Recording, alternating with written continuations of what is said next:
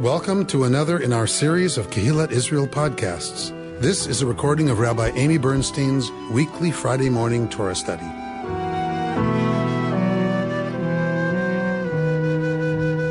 This morning we are in Parashat Bereshit. We are beginning our Torah reading cycle. So given that we are beginning our Torah reading cycle, I would like us to do that with some intentionality. And so I would like you to find in your Bible, I'm not going to tell you a page number, find the last verse of the book of Deuteronomy, because we're not simply beginning a Parsha today. And we're not simply beginning the Torah, like we're in the Parsha that it's at the beginning of the Torah. We are beginning a new year, a new cycle of Torah reading. We are in the third of every Parsha. We are in the third triennial. So if you go to hebcal.com to find what you're supposed to be looking at for whatever Friday morning we're studying, you'll be looking at year 3 of the triennial cycle. Because we are beginning a new cycle, however, we're going to do it a little differently this morning. Would someone please read the very last line of Deuteronomy in English? Never again did there arise in Israel a prophet like Moses, whom Yud-Heh-Vav-Heh singled out face to face for the various signs and portents that Yud-Heh-Vav-Heh sent to him to display in the land of Egypt against Pharaoh and all his courtiers and his whole country, and for all the great, mighty, and awesome power that Moses displayed before all Israel. All right. So what is the last 2 words in Hebrew, Mickey? Call Yisrael. Go back a little bit before that. The last word's a little bit before that. Lifnei, is there lifnei? Yeah. Or? Lifnei kol Yisrael. Let's see. How far back? Le'enei kol Yisrael. Yes? The last 3 words in Hebrew of the Torah text. Le'enei kol Yisrael. What does that mean literally? To the eyes of all Israel. Le'enei kol Yisrael. Now let's read those words. But if you're reading this as a circle, as a cycle, if we read those last words, now let's read the first words of Genesis connected to those words. Le'enei kol Yisrael, Bereshit bara Elohim et hashamayim ve'et haaretz. So Rabbi Jonathan Klein says this is absolutely to be connected, is one rabbinic reading. Le'enei kol Yisrael, in the eyes of every person of Israel, Bereshit bara Elohim. Are we to understand this beginningness and God creating the heavens and the earth, meaning each of us has our own way of seeing Bereshit bara Elohim and forward. Each person has their own understanding of these stories, of these texts, of what it means this year, because every single human being is a different filter, is a different lens through which the Torah text is refracted. That we shouldn't read, God forbid, Deuteronomy's last words as somehow separate from the beginning of Bereshit. Le'enei kol Yisrael Bereshit bara Elohim. Each of us is a unique revelation. We each encounter the text, the same text. It is a different revelation of God, the way each of us understands that text. The Sfat Emet goes so far as to say that is why Torah was revealed to everyone at Sinai, because had one person been missing, had that one lens, that one understanding of Torah been missing, it would not have been complete revelation. And that is why it says, all of you who are not here this day, it's given to all of you, meaning revelation is not complete. As each one of us confronts this text anew and interprets it in light of our own lives and experiences this year, revelation continues. God continues to speak.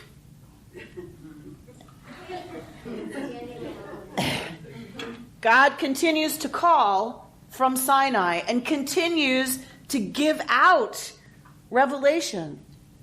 And as long as we are gathered, as long as we come together and study and engage, revelation continues. So let us not believe that we are going back to a text that we've read so many times. We know this. Especially, right, the longer you've been doing this, right, Reuben, Blanche, Sarah, the longer you've been doing this, you're like, again, with this story, right? No. I keep hoping it's going to come out different. So our tradition invites us to understand this as a brand new encounter with these texts because we're new. We're different than we were when we studied this last year. We've had a whole year of nightmares and dreams and adventures and worries and concerns and successes and failures and fears.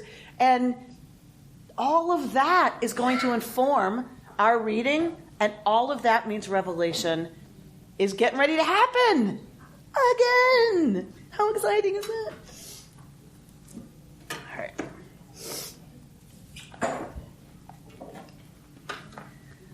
Because we're in the third of our reading, we're not starting at Bereshit bara Elohim, and we're not reading Cain and Hevel necessarily, Cain and Abel. If you look at where we're supposed to begin with the triennial reading, Bert told you where that was, or Pam did, one of them. Where did they tell you that was supposed to start? 5:1. 5:1. And what does 5:1 start with? Somebody read the first few sentences of 5:1. This is the record of Adam's line. When God created man, he made him in the likeness of God. Male and female, he created them. Page 22. And when they were created, he blessed them and called them man. I'm sure the other translation is very different. Exactly. This is the traditional translation. When Adam had lived 130 years, he begot a son in his likeness after his image. And he named him Seth. After the birth of Seth, Adam lived 800 years and begot sons and daughters. All the days that Adam lived came to 930 years, then he died. Okay, so this is where we're supposed to start. And it goes from here all the way through chapter 5 to the end of our Parsha with the line of Adam until we get to the birth of whom? Noah. Noah is going to be the hero of the next story. So we get the genealogy to absolutely firmly connect Noah to Adam. To God. It's the whole point of chapter 5. The whole point of chapter 5 is to connect Noah very clearly to Adam. All right, Tikva, read the first few words of chapter 5 in Hebrew, please. זה ספר תולדות אדם, ביום ברו אלוהים אדם, בדמות אלוהים עשה אותו. זכר ונקבה אברהם ויברך. Okay. Excellent. So, Tikva, we're in chapter 5, verse 1 of the book of Genesis. So, Page 23. Tikva, what does translate literally? What does it say? Translate from the Hebrew literally what you just read. זה ספר תולדות אדם. What does that mean? This is the history of, Adam is man. Sefer? Sefer, book. Aha. So, The history book of the history of Adam. yeah, of Adam. Adam. Name, but also Adam means the human being. Exactly. Adam, earth. Adam, the creature of earth. We tend to refer to that in at RRC with at least my teacher, the late Tikva Freimer Kensky of blessed memory, the earthling.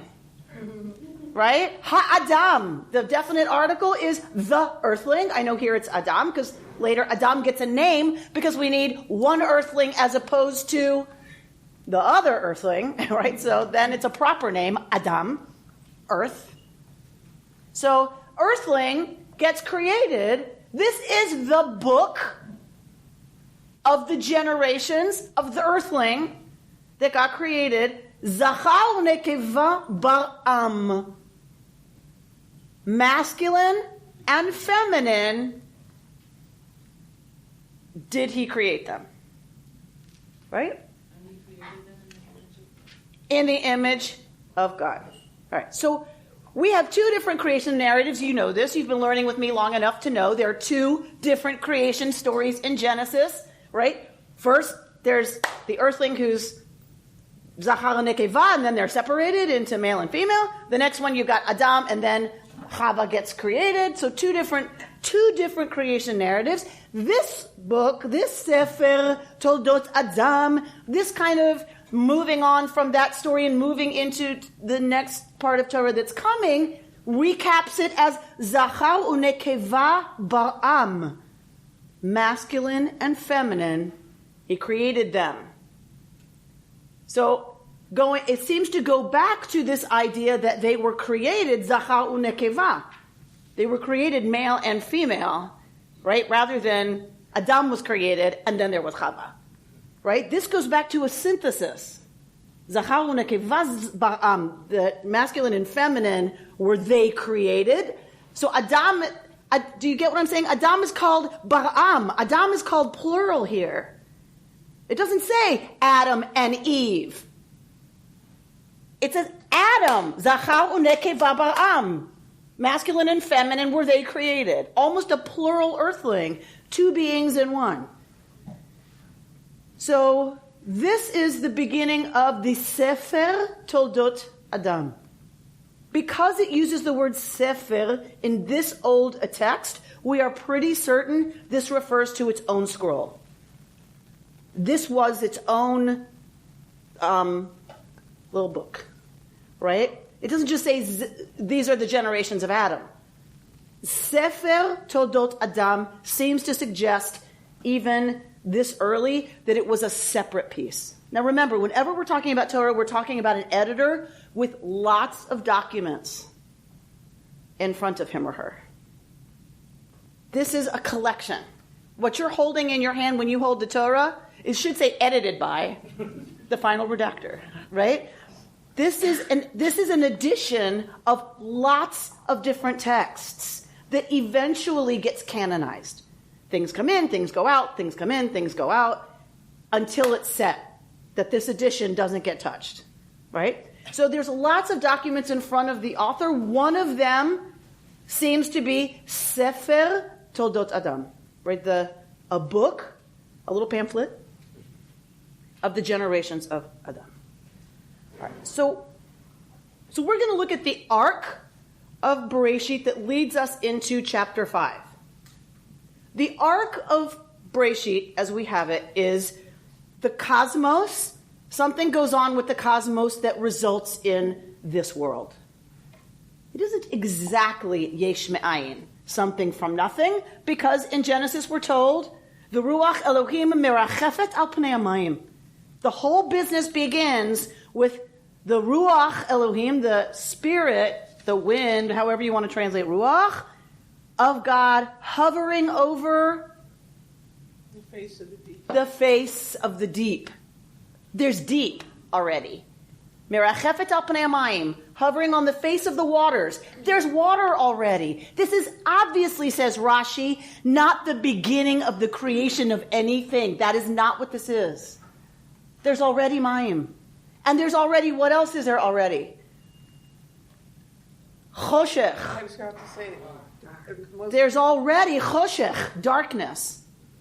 Because then we have Vayihi Or, let there be light. And God separates between the light and the dark. There's already darkness, and there's already mayim.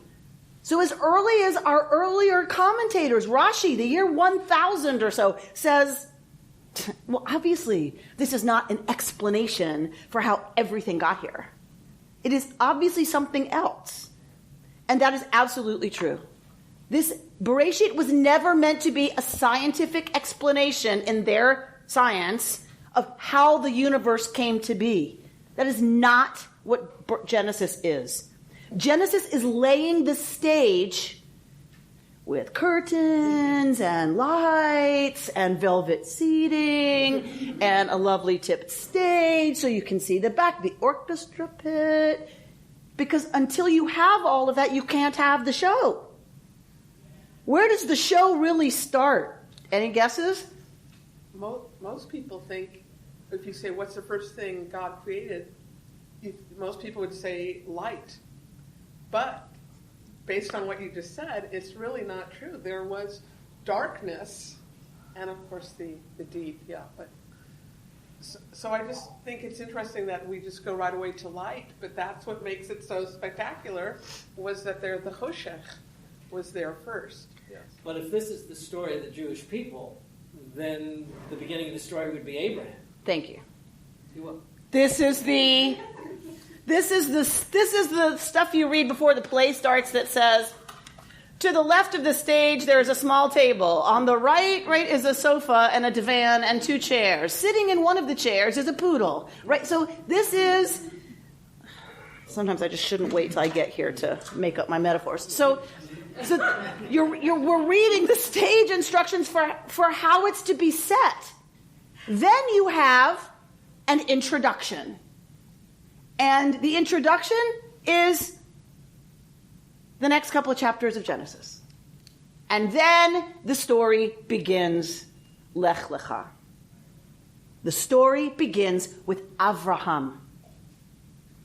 Avraham and Sarah begin our story. This is all backdrop. We get so hung up when we talk about the Bible, when we talk about Genesis, so hung up on, this whole business about how was it actually created, because that really it was never meant to be literal. Never. It was a way to set the stage for Lech Lecha. So when we get the creation of human beings, we get the human being created with free will, the ability to choose, we're told, between good and evil. Very interesting that's where you went. We got the human being created with the ability to choose between good and evil. Does the human being know that there is such a thing as good and evil? No. So the human being is created with the capacity, let's just leave it at, to choose. Because they don't get designed with the capacity to choose between good and evil. That comes later. They're made by God with the capacity to choose. And if we're really going to talk about to choose what? It's to choose to follow the divine instruction or not. There is no good and evil for Adam and Chava. They haven't eaten from the tree of the knowledge of good and evil yet. They're not choosing evil when they disobey God. They're just choosing to disobey God. Right? They don't know that's evil. There isn't such a thing. There isn't such a concept until they eat. So in this way, they're innocent of any bad. Because there isn't bad. They're innocent of doing anything wrong. There is no wrong in their world. They don't know anything about that. What we do know is that they were created with the capacity to disobey the Creator. The big question gets asked by the tradition and by the rabbis, why would God, in God's infinite wisdom, create a child, let's say? Why would God have a child knowing if you give the child the capacity to choose, it's gonna disobey you? What, God doesn't know that Adam and Chava are gonna do this, God forbid? Chas v'shalom, chas v'chalila. Of course God knows God is omnipotent and omnipresent and omniscient. Of course God knows what they're gonna choose. So why go there? This remains one of the big questions. Why create human beings with the capacity to defy the parents, Sarah? So they can learn what happens and what to avoid and what to do. But if you design them without the capacity to choose to disobey, they don't have to learn anything. But it was written by But then they would be... Laura Diamond's been hanging around here too long. She says, because it was written by whom? Parents. Parents. that it has to be this way because it's written by parents who are like, if only they did not have the capacity to choose to disobey me, their lives would be so much better.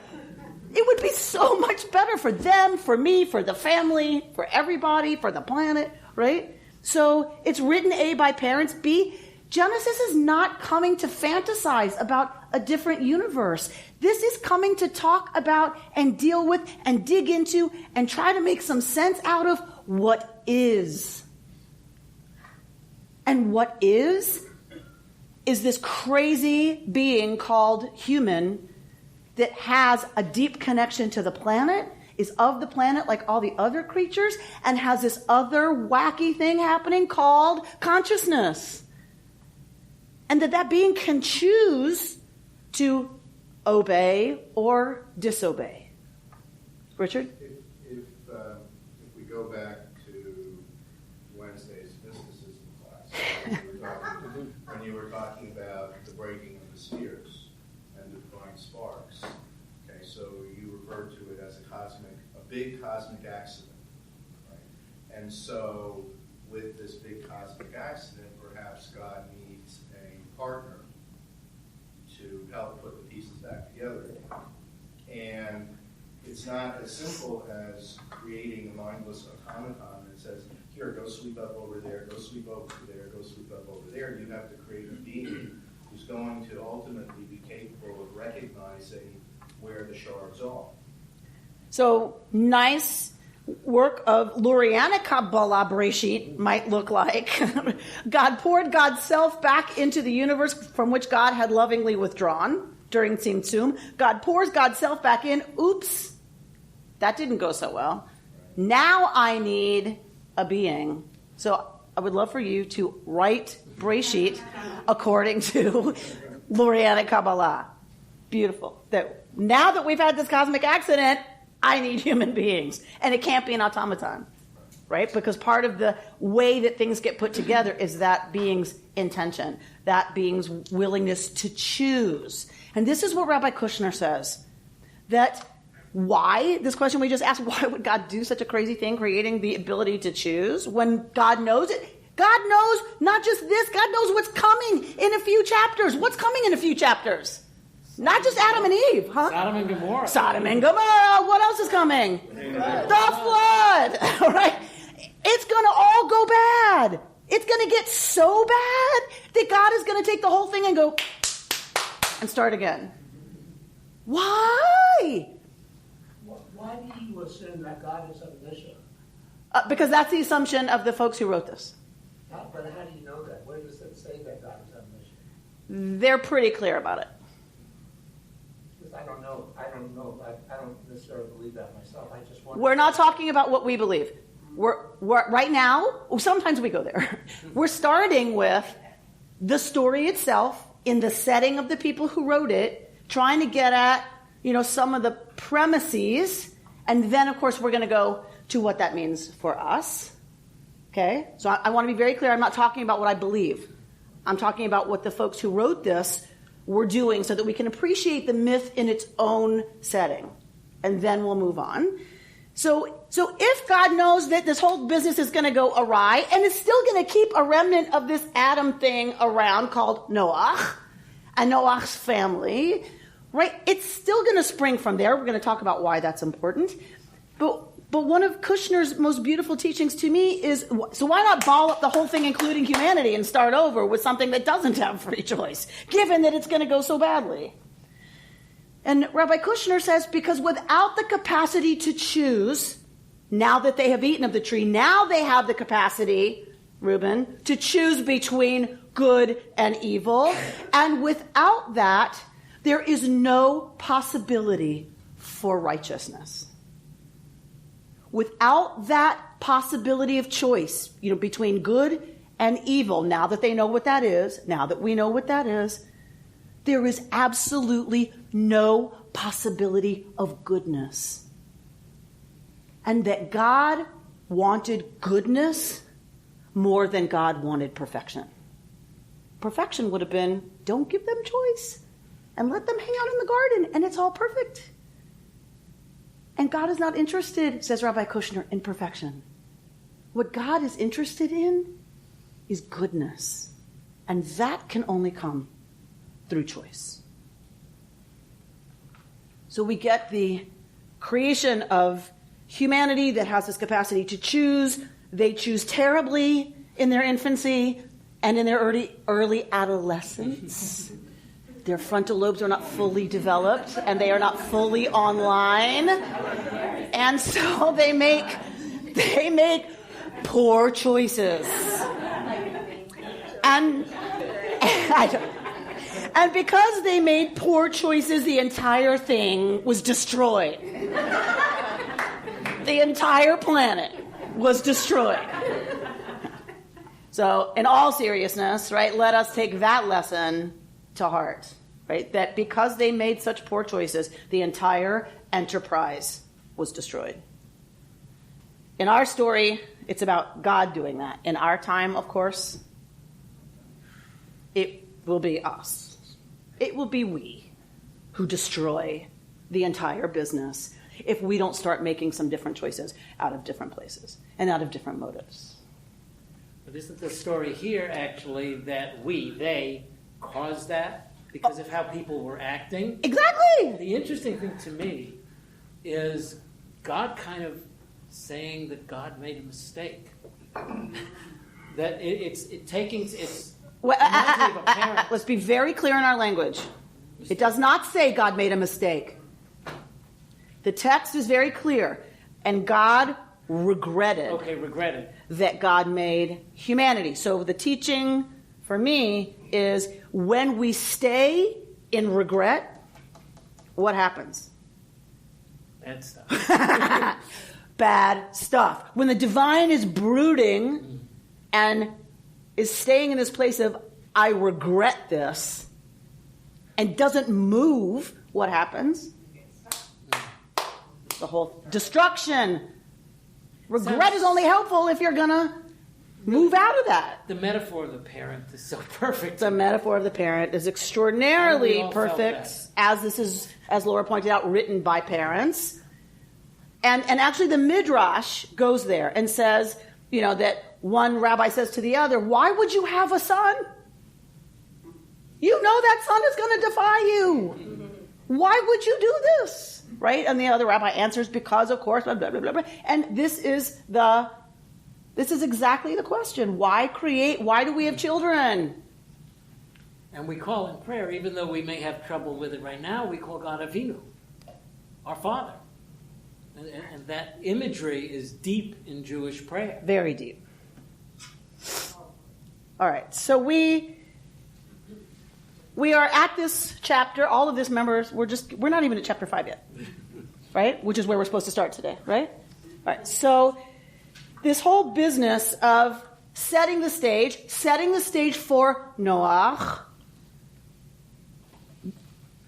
part of it is that we have to get to the flood story, because in the ancient Near East, that was understood to be how things were. There's a flood story in every ancient Near Eastern tradition. Everyone. My kid is learning in 6th grade at Paul Revere. She's learning about Mesopotamia. And I was just like, Amy, don't talk, right? But then I couldn't stand it. So I was like,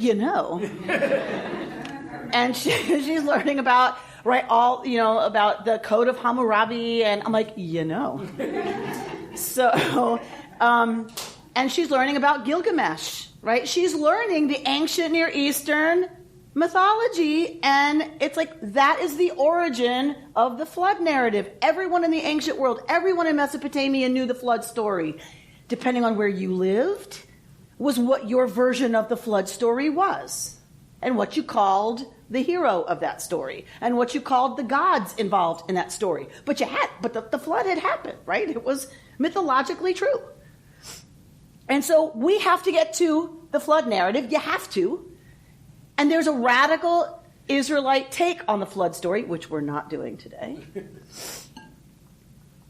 And the ancient Israelite take on that story that is centered around this family Noach. One of the most important reasons for this Sefer Todot Adam is to connect Adam and Chava directly to Noach.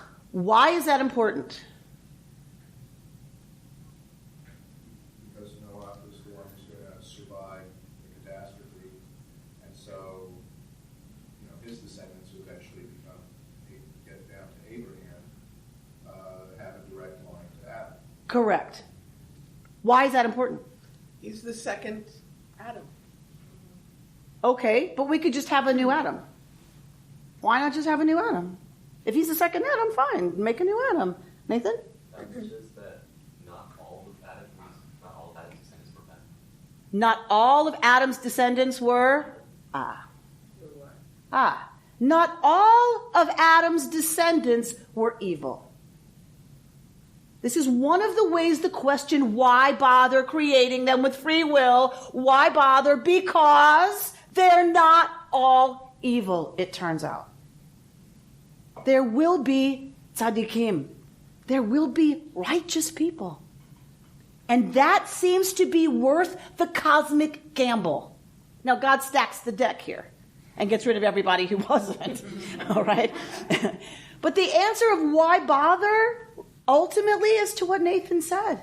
The rabbis go where Nathan just went. Because you can't have tzaddikim, you can't have righteous people without giving everyone the capacity to choose, even the ones that aren't righteous.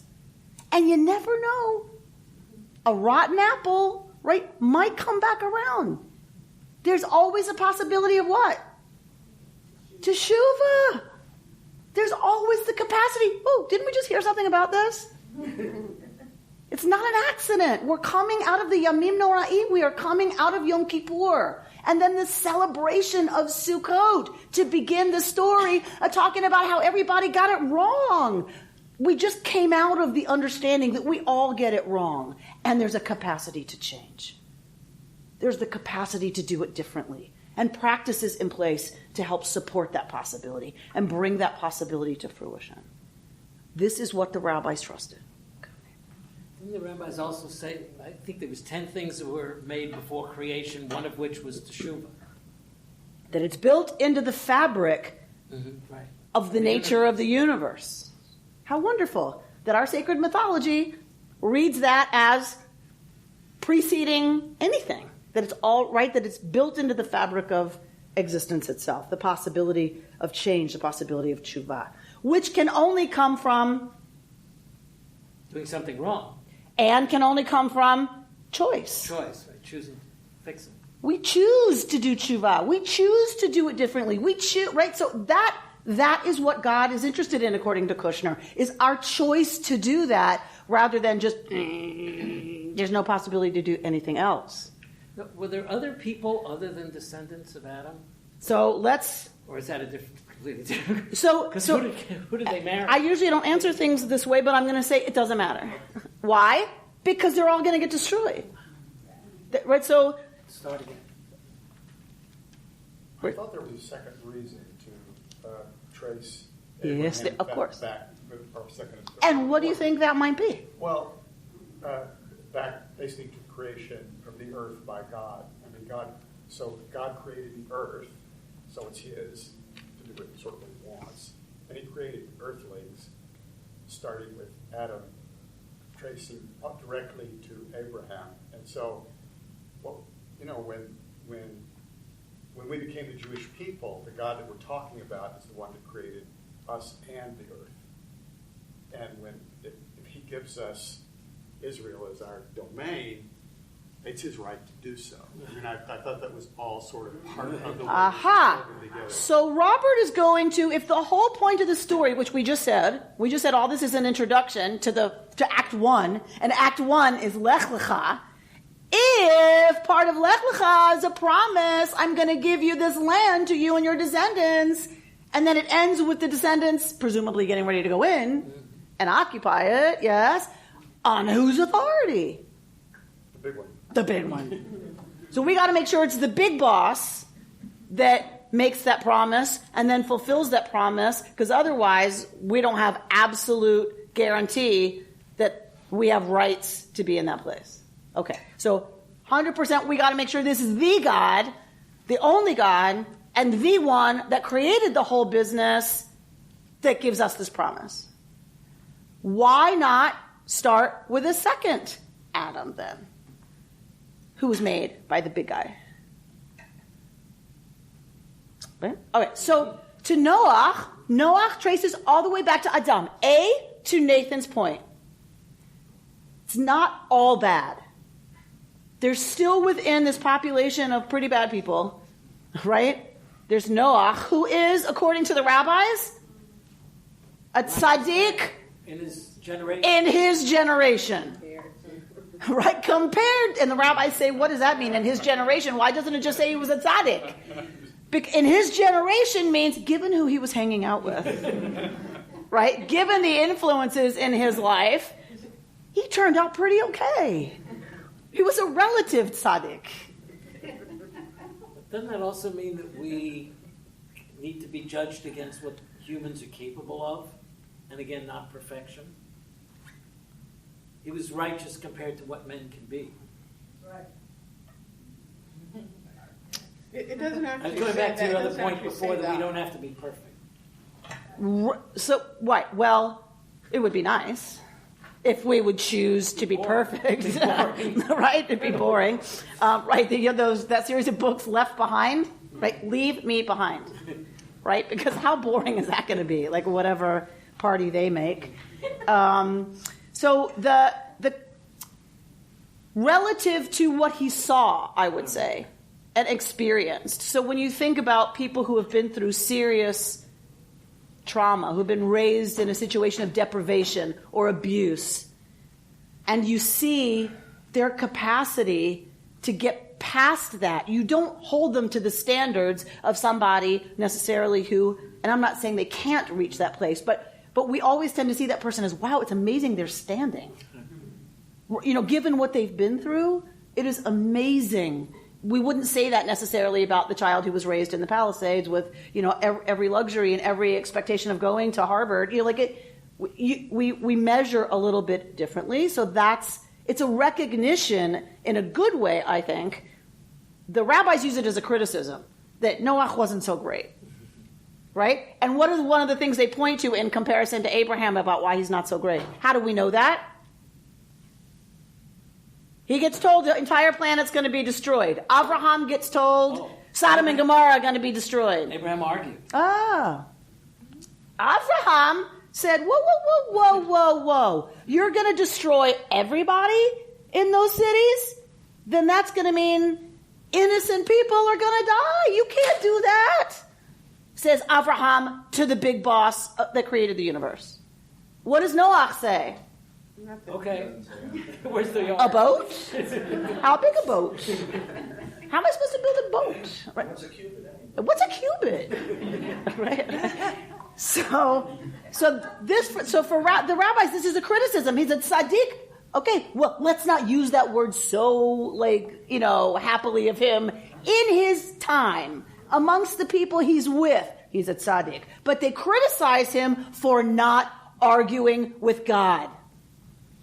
Who but the Jewish people has its biggest criticism of one of its heroes be, he was okay, but he did not argue with God.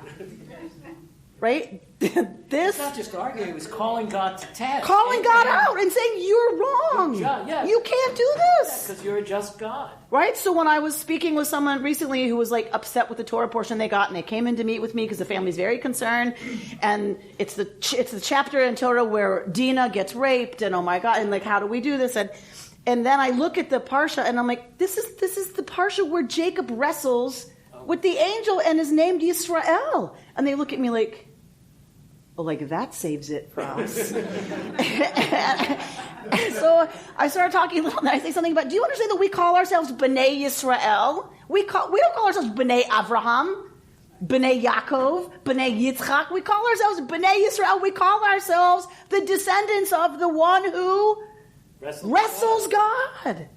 That's how we identify, the people who argue with God. What a crazy name to call yourself. We could have chosen a lot of things. But that's a core value, is is arguing against even an edict from on high. All right, so the reason Noah has to be connected back to Adam. I was going to give you a handout, but there's way more of you than I made handouts for. It's a blessing. It's a machaya. It's a wonderful thing.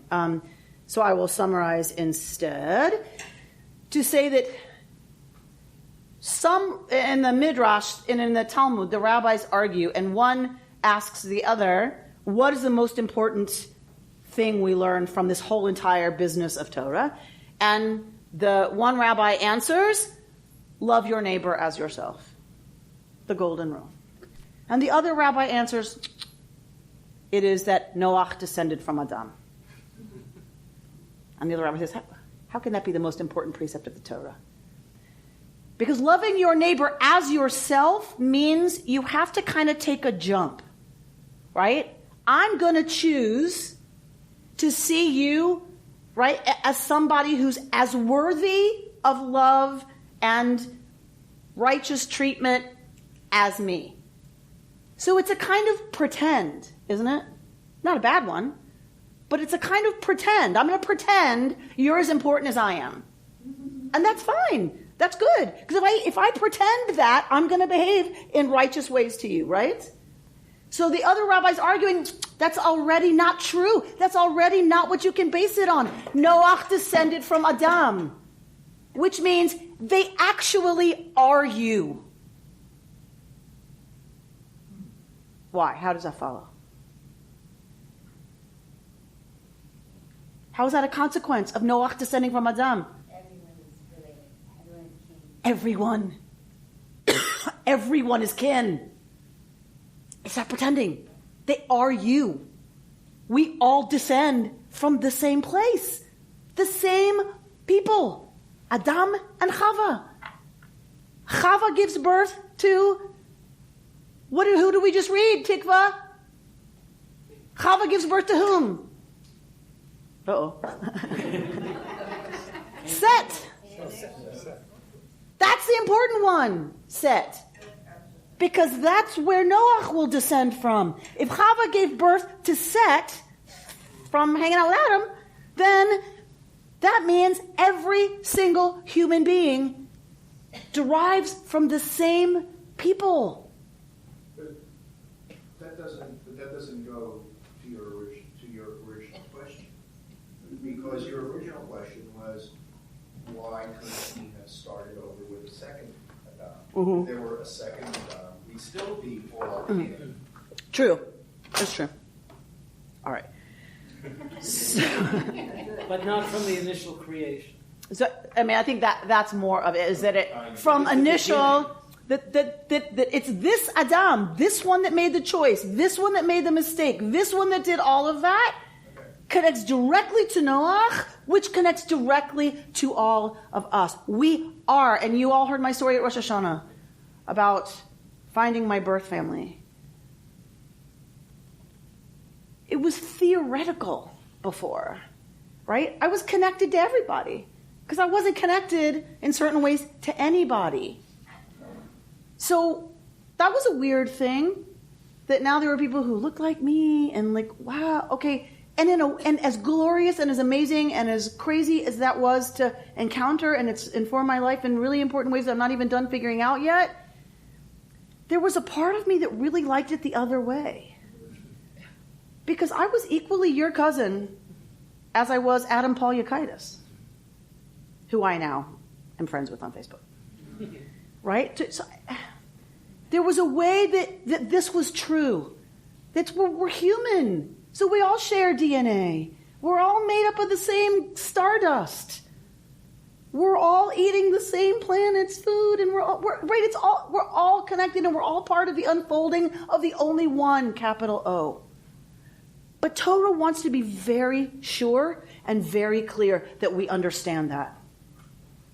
That when we look at Darfur, that when we look at Syria, oh, they're Syrian. Traditionally, they are our enemies. So what, we're not supposed to feel compassion for those children? They're your children.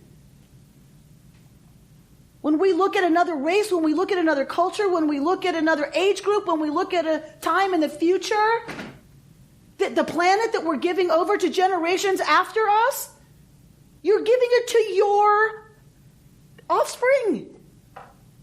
Whether you birth them or not, whether they live on your continent or not, they're all your offspring because we all go back to Adam and Chava. We are all family. And every time we act against that, we act against the order of the universe. And what is one of the first stories that we get in this parsha? What is one of the first things that happens? There's a little nuclear family, Adam and Chava, and their 2 children, Cain and Abel. And what is the first thing that happens? They fight. Not only do they fight. So what happens? One gets a favorable response from the authority in our story. One does not. And the one who does not does what? Kills the other one. At the very beginning of the story. Because it's fundamentally our reaction is I don't get what I want. You got what I wanted. Therefore, I hurt you. So it's there. It's right there. It's not that it's not normal, natural, part of the way things are constructed. However, the child after that is about really understanding that when you do that, you have acted against your own being. We can't separate them, says Torah. After the sin in the garden, what is the big question the divine responds with? God doesn't say, okay, now you're in trouble. As soon as Adam does something, Chava does something that indicates they have done something wrong, what is the divine response? What's the question that's an answer to? Where are you? Ayeka. Where are you? When Cain kills Hevel, does the divine say, oh, now you're in trouble? No. God responds with a question. What is the question? Where is your brother? Our own beloved Rabbi Avi Winokur. So 1 for every 2 or 3 people. Says we can't read one question without reading it in light of the other question. Diane? I was going to say, to me, I look at it that pain and Abel exist within every one of us. Of course. Of course. Of course. She's saying that she reads it as Cain and Abel exist in every one of us. Of course. This is written by Cain and Abel. This is written by human beings who had absolutely awareness that we have both within us. The idea is we're supposed to live into the Seth. We're supposed to live into the synthesis of these two. So look at Rabbi Winokur's piece. Where are you? God asks Adam when he and Eve hide from God after eating the forbidden fruit. Where is your brother? God asks Cain after Cain has slain his brother Abel in an apparent fit of jealousy. Odd questions. After all, according to many traditional understandings, God already knows the answers. He is, after all, omniscient. Then why does God ask? This is a huge rabbinic question. If God knows everything, why is God calling to Adam Ayeka? What, God doesn't know where Adam is? Because God wants Adam to know himself, for Adam to turn the light back from himself and know what has he done. So how does Ayeka, where are you, get at what have you done? Because it makes him account when he says, where is your brother? That's later. We're talking about Adam. Ayeka, where are you? Ethically, where are you? Ha ha ha ha. Ethically, where are you? Where's your brother? How was that addressing what's happened? What happened to your brother? Where's your brother? I don't see your brother. God knows where. We don't. God knows where Abel is. But Cain Has to think about it. has to think about it. Where is he? He's not. I've caused him not to be here. This is the first time it's happened in the universe. And what does that mean? Who here, remembers the first experience of losing someone to death that you were close to? It's the first time it sinks in. Where are they? You know things die. You know that. But until you lose someone close to you, you don't get the profundity of, wait a minute, where are they? Tikva. It's facing the really hard truth. God using the Socratic method? God using the Socratic method. Before Socrates. So drop down to the second to last paragraph on the first page. These are the words of Rabbi Winokur. Where am I? This is the foundational question of my existence. Have I been faithful to God's image in which I have been made? Do I face up to who I am and who I have become? Or, like Adam, do I hide? Do I make excuses? So one of the things Rabbi Winokur is saying, our beloved Avi is saying, is this question is also addressed to every single one of us all the time. Ayeka. Where are you? Why does God have to ask, where are you? It's not because God doesn't know where Adam is. It's because Adam is hiding. Because what? Adam thinks that if I hide, God won't know where I am? Of course not. Presumably. From himself. Adam hides from himself. What part of himself, Rabbi Winokur suggests? Conscience and choice. Conscience and choice that is connected to divinity. Adam is in hiding from the divine in whose image he has been created. He's hiding from the divine part of himself because he has acted against the divine within himself. We all hide because we all act against divinity within ourselves. Have I been faithful to God's image in which I have been made? Do I face up to who I am and I have become? That is what we are invited to do at the Yamim Noraim. That is what we're called into doing in the wake of Yom Kippur, is to just face up to it. Ayeka, where are you? It is at this point in the self-inquiry, with help from contemporary Bible scholar Michael Fishbane and others, that God's second question, where is Abel your brother, must be considered. In his text and texture, close readings of selected biblical texts, Fishbane notes the richly resonant echoing of the Adam and Eve narrative within the Cain and Abel narrative. Right? How do we see those two together? When we look at Adam and Chava, it says, and they knew they were naked. And of Cain and Abel, we're told, then the man knew his wife. Yes, Eve, which happens after Cain and Abel. So this idea of knowledge, yada, knowing, being something incredibly intimate. Adam and Eve, the woman's desire will be towards her husband, but he will dominate you. Cain and Abel, sin's desire will be towards you, but you can dominate it. So meaning there's so many parallel phrases in these two stories. Fishbane comments, drop down. The parallelism of the texts is thoroughgoing. There is temptation, desire, crime, punishment, and exile east of Eden. In this context of densely interwoven narratives, the questions, where are you? And where is Abel your brother, fairly shout at us to be read in each other's light. Here, God's two questions as one. Here God's two questions as one. And the meaning is that we are nowhere if our deepest questions are primarily about ourselves, our own well-being, our souls, and the meaning of our lives.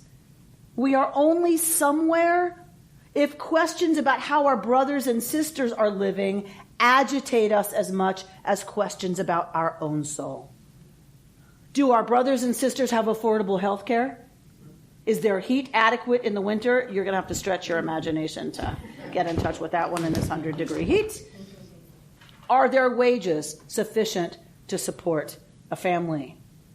Go to the end of the next paragraph.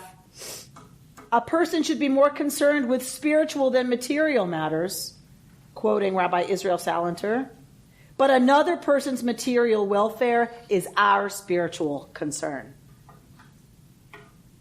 We say, oh, who cares about this earthly realm? What we really need to be focused on, right? Okay, that's lovely. That's a beautiful thought. That's our spiritual matters should be the most important thing to us. Absolutely. How we develop spiritually, what we're meditating on, what we're thinking about, how we're cultivating grace and compassion and patience and goodness and love and forgiveness, that absolutely should be more important to us than material things. Someone else's material lack, their material needs, is our spiritual matter.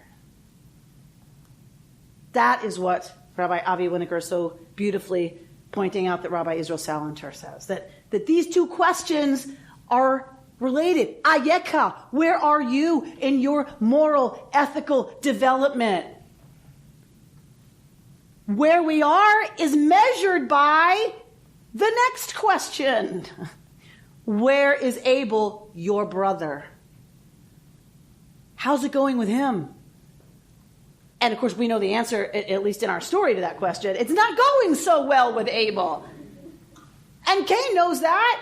So the question really is, how can you not, if you're ayeka, if you are dealing with your ethical, emotional development truly and at all, it is directly tied, says Rabbi Winokur, to the question, where's your brother? Does your sister have to choose between medicine for her child and food for her child? You can't read ayeka. You can't answer the question ayeka without first addressing the question, how's it going with your brothers and sisters? And really important teaching for America, west side of LA, 2015. Right? We who are privileged, of privileged race, of privileged class, some of us of privileged gender. All of us. Not all of us. All of us are privileged. Privilege as denoted by how society sees it. So that we who are people of privilege, do we really take seriously how is it going with your brothers and sisters? In light of the fact that we all descend from Adam and Chava. Some of you have the Devar Tzedek. What is Cain's response to the question? Are my brothers kept? When God says, where's your brother Abel?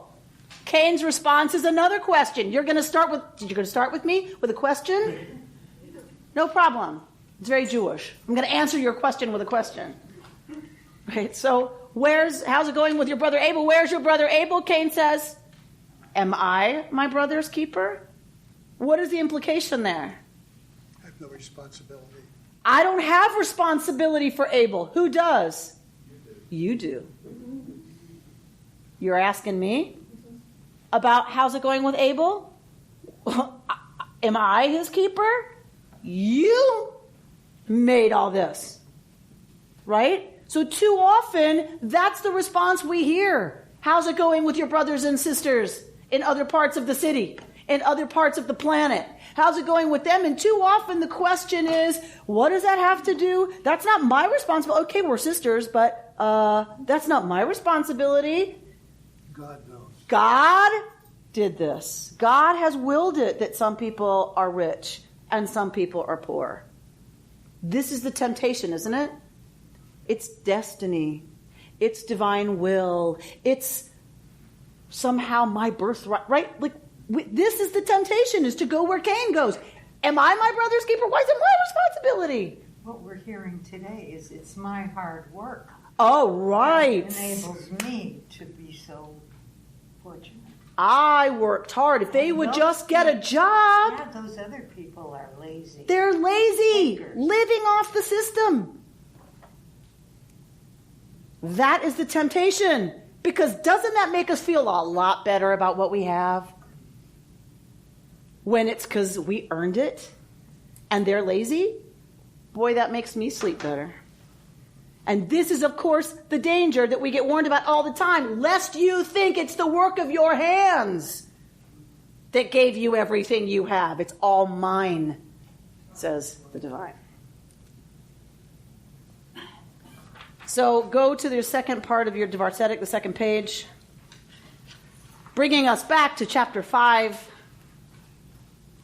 This section of the Torah, the recitation of the generations of Adam, thus challenges us to allow God's question to Cain, where is Abel your brother, to reverberate throughout the millennia. It demands that we pose this question with the awareness that in the eyes of Bereshit, all humanity is descended from one family. It compels us to pay attention to the words of the question itself, to recognize it is not only a query about Abel's whereabouts, but also an insistence that he is our brother. As common descendants of Adam, we are not free to shed our brotherhood with Abel. We are simply not at liberty to allow the gulfs created by national, cultural, linguistic, religious, or racial differences to obscure our responsibility to those who are hurt or violated. We must step up to this haunting question whenever it is asked and answer it resolutely. I am my brother's keeper. This year, as we move into a new cycle of Torah reading, may we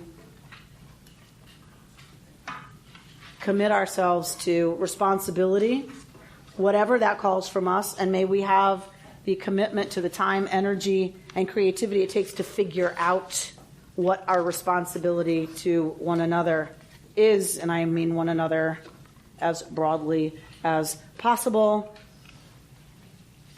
I was going through, as I was preparing for today, I have a folder on each Torah portion. And I was stuck on where I was going to go today with this. Totally stuck. And so in flipping through all of my commentaries, I noticed I had scribbled quickly on the back of one of them. And usually when I scribble this quickly, it means there are thoughts going really fast, or there's something I don't want to forget and I have to get it down. It's already fading.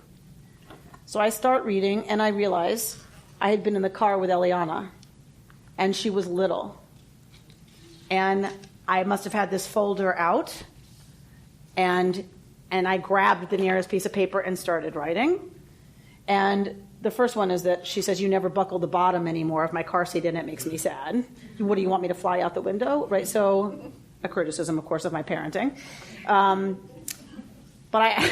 And then, because we were in this parsha, we were in Bereshit, I must have asked her, because it says favorite things God created. Right, so I must have asked her, we're talking about creation. What do you think, what are your favorite things that God created? And her answer, she must have been, 4? Because you're still getting strapped into a car seat. Her answer was spirit and space. They get it. They get it. And it is our job to preserve a way of being in the world, to preserve the world, to preserve who humanity becomes so that we protect this capacity of understanding spirit and space as the most precious things you can create. And the last one that was here on the paper was she blows kisses and says, I love you, Mama. And I said, I love you too. And she said, no, I was talking to God. You've been listening to Rabbi Amy Bernstein's Friday morning Torah study from Kehillat Israel in Pacific Palisades, California.